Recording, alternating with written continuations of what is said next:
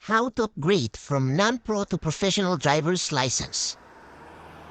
Hello everyone and thank you for visiting Rick's TV. In this episode, aalamin natin kung ano nga ba ang proseso ng pagpapalit ng driver's license classification from non-professional to professional driver's license. Ang pagkakaroon ng professional driver's license ay ang magpapahintulot sa iyo para makapagmaneho ng both private and public motor vehicle for livelihood purposes. It acts as proof of person's competence and compliance with the regulations governing public transportation and professional driving. Let's check the qualification. Number 1. The applicant must be 18 years old and above. Number 2.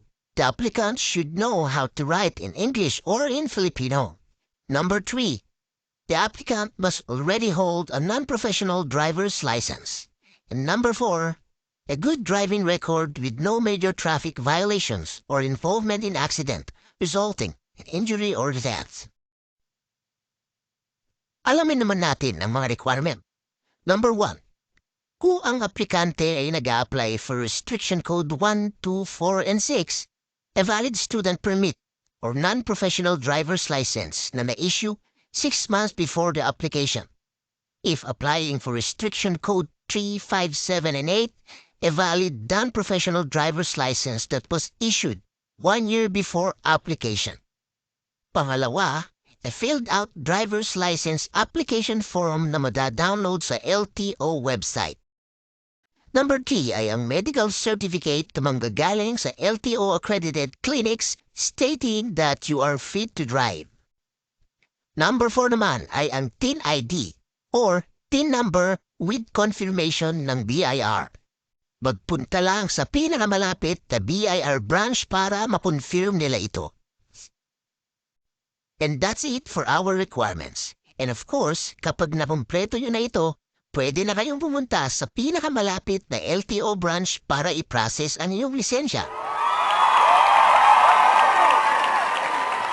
Now, let's discuss the steps and procedure to obtain a professional driver's license. Number 1. In your nearest LTO licensing center, dumiretso lamang sa customer service or information center para humingi ng queuing number. Number 2. Kapag natawag na ang numero mo, ipasa lang ang lahat ng required documents sa evaluator. Ang evaluator ang mag-check ng authenticity ng mga documents na ipinasa mo. Number 3. Kapag na-check na ang lahat ng iyong dokumento, magpunta na sa cashier para bayaran ang application fee. At ang pang-apat, it's time to take the practical exam. Please take note that the practical exam is up to 60 items and the passing score is 48. If you happen to fail, pwede ka naman bumalik kinabukasan provided na yung tinake mong exam is online or yung tinatawag nila new system. However, if you took the exam using the old system or yung written exam, kailangan mo pang maghintay ng 1 buwan bago makapag-retake. Number 5. Once you pass the practical exam, wait for your name to be called at the cashier and pay for all the necessary fees. And last but not the least is the releasing.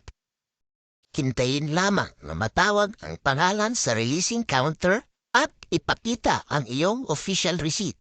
And finally, makiklaim mo na ang bagong-bago mong professional driver's license.